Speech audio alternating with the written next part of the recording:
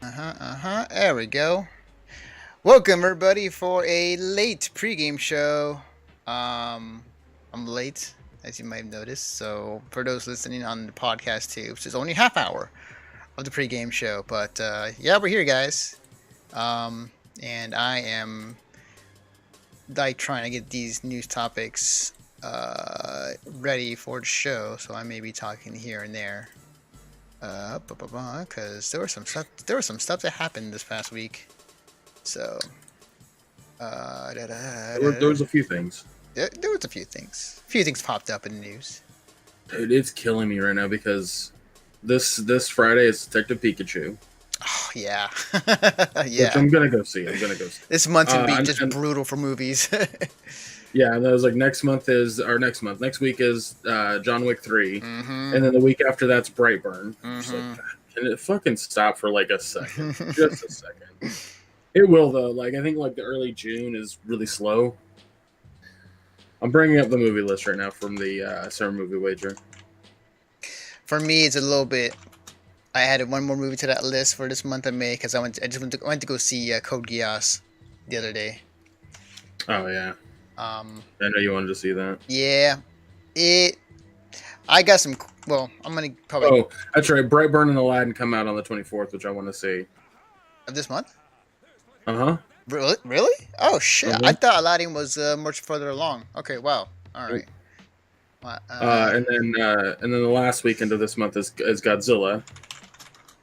And then I don't care about seeing Dark Phoenix, so I'm not gonna go into any movies on June 7th.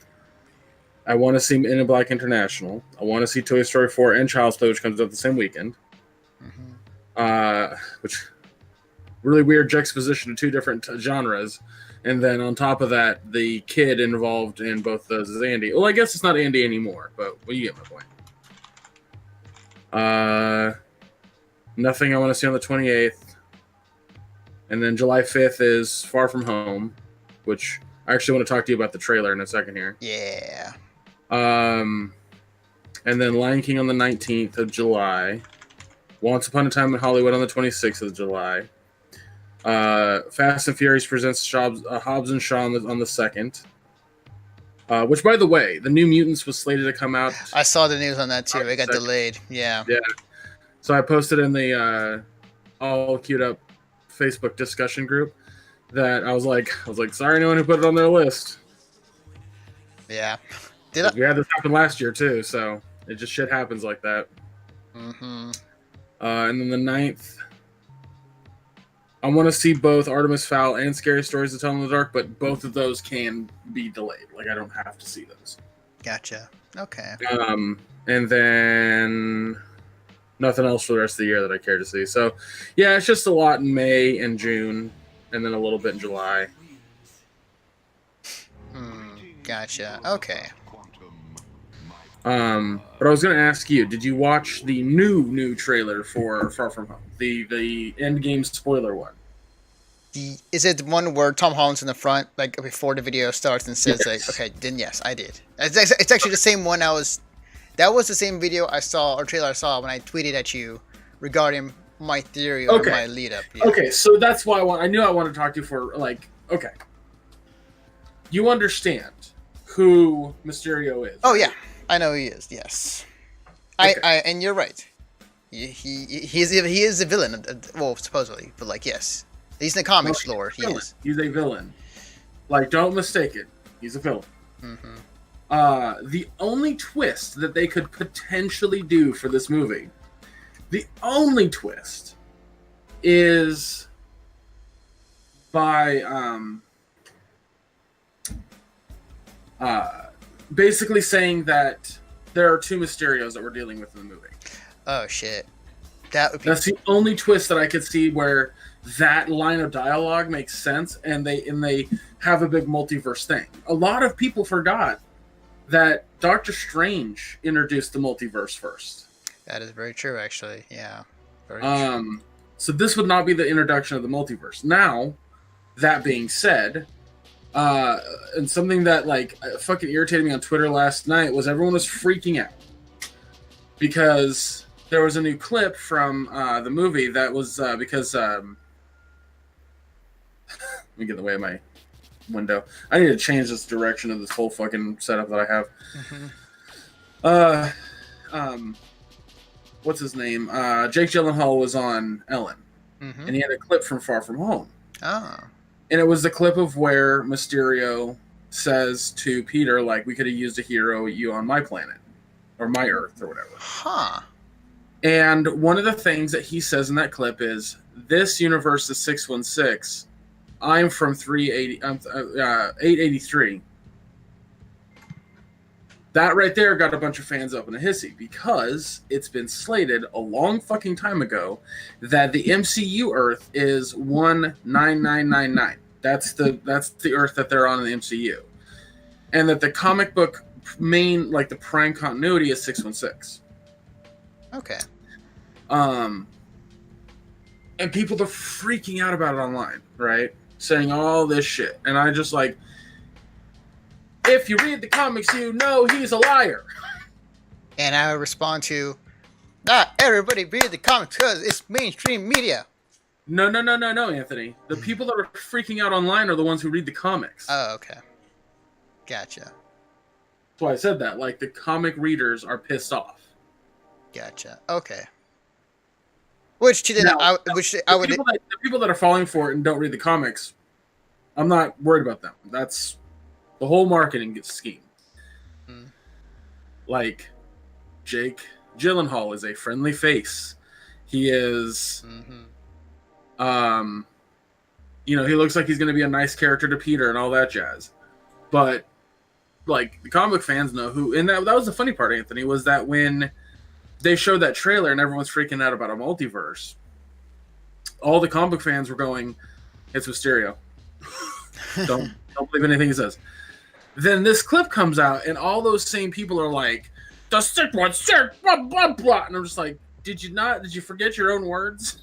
You said earlier? It kills me, dude. Like, it's like, yes, if they're trying to call the MCU 616, that's a problem. And we'll deal with that if that's the case. But I'm guaranteeing you that ain't the fucking case. Yeah. We'll have to wait and see on that movie. I just like the idea that they could go in that direction if they wanted to. Oh, they will, Anthony. They absolutely will. That's the thing you have to understand. And Chris Krieger, who, why are you zooming in on my face? Oh, you zooming in on my face? I just didn't notice. No, it is. I just did that. Got it. Yeah. Yeah. He pointed out on Twitter to me that, like, Shield has a lot of equipment and whatnot at their disposal to verify whether or not alternate realities exist, which I totally understand and agree with. However, half the world was dusted recently. That is very true. And if Far From Home is to be believed to take place like right after Endgame, then shit's being cleaned up still. Yeah. Which means Mysterio, who's tricked the likes of Wolverine and Daredevil, which is crazy when you think about those two characters and their powers.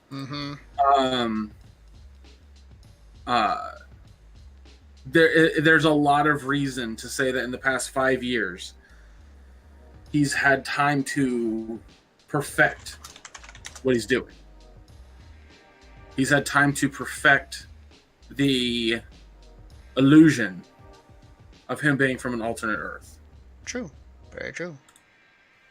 So, just telling everybody, be very cautious with what you see in that trailer, because I guarantee you, Mysterio's trying to fucking go, look over here, and then he shivs you over here. In a way, that is a good thing, because fucking Marvel knows how to get people excited or get emotionally involved. Yeah, absolutely. Yeah. So, I'm excited. I cannot wait for that movie, and cannot wait to see what happens. What was really funny, Anthony, was about a week, or the week before, like Wednesday last week, the Russo brothers were on an interview on Good Morning America, and somebody asked them about the spoiler Like, when can they talk about spoilers? When can that? And I think it was Joe Russo said the spoiler ban lifts on Monday, which Yeah, was I saw that too. and so my thing immediately was like, oh, cool, we're getting a Far From Home trailer that goes right into Endgame. That was my first thought, and sure enough, that's what happened. Oh, funny. I'm a fucking psychic, Anthony. If you are, then tell me the next lotto numbers. Actually, no. That's something I always ask for. If you really are psychic, tell me who will win the next Super Bowl. You realize that when I say psychic, I'm not being serious, right? Okay. Oh, I know. Just humor me for a second. But please say Packers. Yeah. Who are the Packers like main rival? Chicago. The Chicago Bears. Chicago Bears. They're gonna win the Super Bowl. You know, you're not that too far off, honestly. Chicago's actually a good team. So, like, they've gotten better over the years. You know, actually, funny enough, actually, speaking of sports or football, actually, like, I feel like I'll, at some point, either want to do it on this main podcast feed or on the YouTube. But I really want to do, like, a short, hey, here are my predictions for the next several games for the NFL. Just, you know, reasonings behind it, and then my predictions, and then move on to the next game. Something like that, or fantasy talk. So, not that there's already like a shit ton of podcasts out there already like that, but I am, as you may know, will verse in it. So, one of these days. Although it'll be very different than what the content we usually produce. Just like, what the fuck? Why is there sports talk in my games, in my game news? What was I gonna say? There we go. Okay. I was gonna say, shit. Lost train of thought. I got bruised, by the way. Not sure if you guys can see, but because I was taking a shower the other day and I just saw like a big bruise on my arm. I was like, how the hell? Like, oh, work. I got like 2 bruises. Let's see if I can. The shadowing might be fucking it up, yeah. But I have like a good sizable bruise on my bicep, like a small one, and I'm just not too far from there. So I've been working hard at work, and it's been kicking my ass, I guess. It's been biting back. That's good. One of the things I plan on doing next month, likely not this month, but is there's a membership. Or sorry, not membership. There's a pool opening that's close to my house, close-ish, closer than the other pool. And my dad and I are going to try to go see what prices are and whatnot, and then try to see if we can afford a monthly like pool membership. Because here's the problem, Anthony. Is like working out in general like really fucking hurts my joints, but swimming doesn't hurt as bad, and it's really good for like full resistance, you know. Right, definitely. Yeah, man. One day I want to see you buff as shit. I want you to lift me one day. I don't know about that, but I can definitely guarantee you that I'm going to try to get healthier. Absolutely. That's my goal, man. Like I don't give 2 shits about being buff. I just give a shit about like maybe you do because you're lit, you know, scrawnier, give or take. No offense. Hey. Not a bad thing. Not a bad thing. I'm just saying you're much thinner than I am. And so getting buff might be a priority on your list. My priority on my list is to just not fucking be miserable when I get out of bed. Gotcha. So I was gonna say, yeah, man. I mean, like, if anything, like, I point to, I mean, it's easy for me to point to, you know, several people that were big and then got skinny over time. And I think the most recent one to me, and it's because I love his work, is like Kevin Smith. Like, that dude was big. Like, he was a pretty big guy for a while, and He lost a ton of weight, partially because of his heart attack, which, you know, for anybody nearing death because of what happened with their body would be a I'm good. gonna stop you for 1 second. Mm-hmm. If this is turning into a I have ideas of a diet plan, or I have ideas for an exercise routine. No, I'm not saying like you should definitely do what Kevin Smith does. I'm just saying like people have done it, and like the most recent memory is Kevin Smith. Stop it. Stop it. Okay, so I'm going to explain something to you, Anthony, because this is important to me. I know how to lose weight.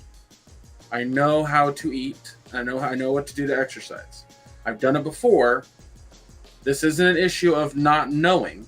This is an issue of implementation. My biggest problem, Anthony, is I genuinely fucking hate when other people go, here's a diet plan that I made for myself. Hey, Ron, what's up, dude? Oh, wow. Situation. I've not seen you in ages. What's up, Ramen? That was just like right in the fucking. But it's a situation, Anthony, where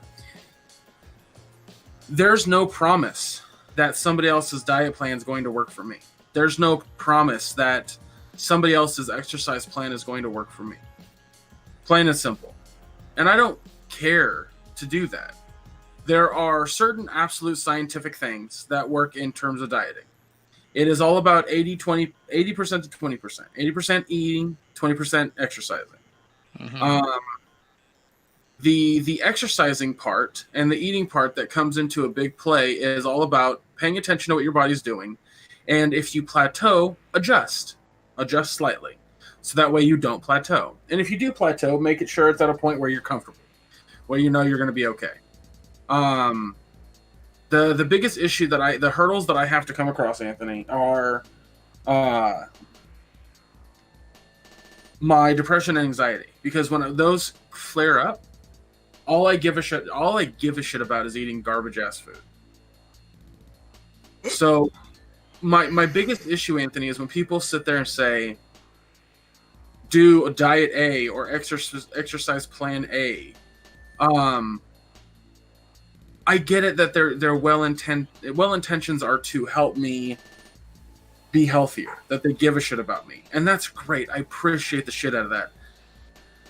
But all you're doing to me is saying, you're fat and you don't know how to lose weight.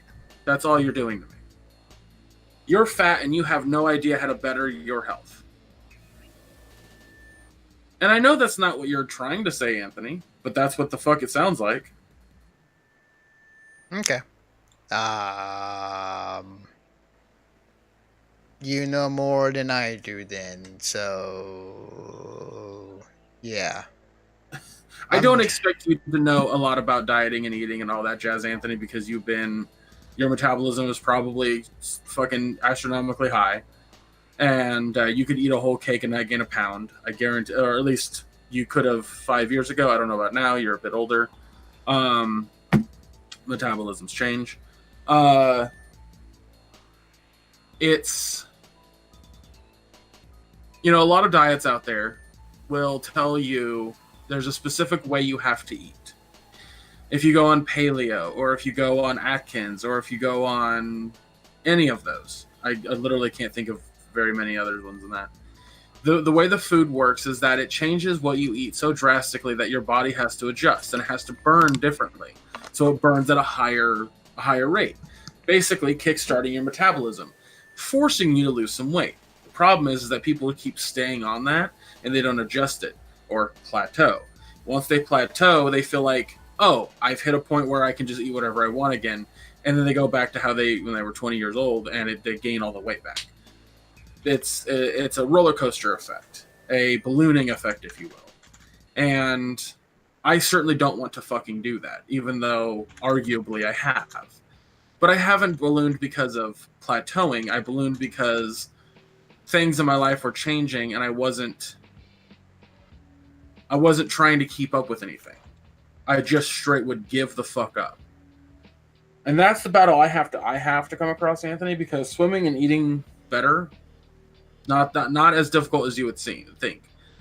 The difficult part is in a couple months I feel fucking great, and I go, I'm gonna have a cheat meal, and then I go, you know what? I'm gonna have another cheat meal, and then it just fucking snowballs from there. So that's where the problem lies. It's not about the knowledge. It's about the doing it. That's where the problem lies. So yeah. So when people come up to me and they say you should try this, it's basically them telling me that I don't know how to lose weight properly. Missed you too, Ramen. I don't know if I miss you, Ramen. Honestly. All For all here, you can suck my dick. Anyways, But yeah, it's just so like I appreciate you wanting me to get healthy. I appreciate you wanting me to lose weight and to try to diet correctly, because I know that means you care.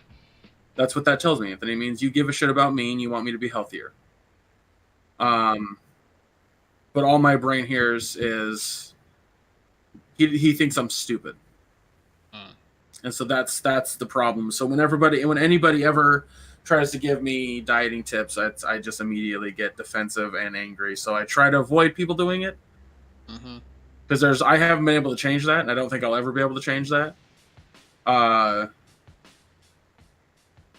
yeah, that's that on that angle. I don't know. I don't know if any of that made sense to you, man. You're very quiet. Oh, I mean, hey, I'm obviously this is not in my area of forte, and you're just pitch white right now. I had to lean over to get some water. Yeah. That's gonna happen a lot on the podcast. Just gonna wow, and then I'm gonna bring it back. Yeah. Yeah, like that's your forte. That's something more knowledgeable than I have. So yeah, I'll respect your wishes, and I won't say anything. I'll say this, Anthony. When you're trying to do something for years and years and years and years, you gain a shit ton of knowledge on that thing. Oh yeah, absolutely. So absolutely, that's the point I make to people. Is like, it's not like I was fat for a year and a half and I don't know shit about being fat. No, I've been fat since I was fucking in 6th grade. So I know all about it. Okay. And it's really funny too, Anthony, because when I was working at AMPM, I'd have to stand for 7 hours with minimal breaks. My legs got really, really, really strong. I quit there, started working at the school again, and only worked 3 hours a day, and then did DoorDash, which I'm sitting most of the time. I have noticed a significant change. Wow. And it's only been a few months. So, wow. And when I say change, I don't mean a good change. I see. It's a little harder for me to stand up. My legs are a little bit sore after work. So, now granted, in the school, I am, moving around a lot more than I was at AMPM, but still, there's a significant change in the strength of my legs. So, I want to get to the pool. Pool is excellent resistance training when it comes to trying to get your muscles to be stronger. But it's also like great cardio at the same time. Swimming is easily one of the best exercises you can do, Anthony, because you are, let's say, for example, you're swimming for a month, right? And you do, you're in an Olympic swimming pool. So you do an hour of swimming and you're just kind of going back and forth. You're doing maybe like 2 minutes per lap, if you will. Not that fast. If you want to go faster, you have to use your muscle a little bit more. You have to like push against the water. So you're basically causing your heart to go quickly because you're doing cardio. And then on top of that, you're doing resistance training on your muscles, which is causing them to grow. So an all-in-one kind of thing. Nice. Awesome. I'll keep that in mind for the next time. For sure. If I'm needed. I adore swimming, so. Nice. My arm kind of hurts. Off topic. But yeah, I'm gonna definitely. Does it hurt from working out, or? No. I think I just fucked up doing something. I don't know. Well. Anyways, okay. What's on deck? Well, I'm glad you asked, because we're going to get right into the podcast after this intro.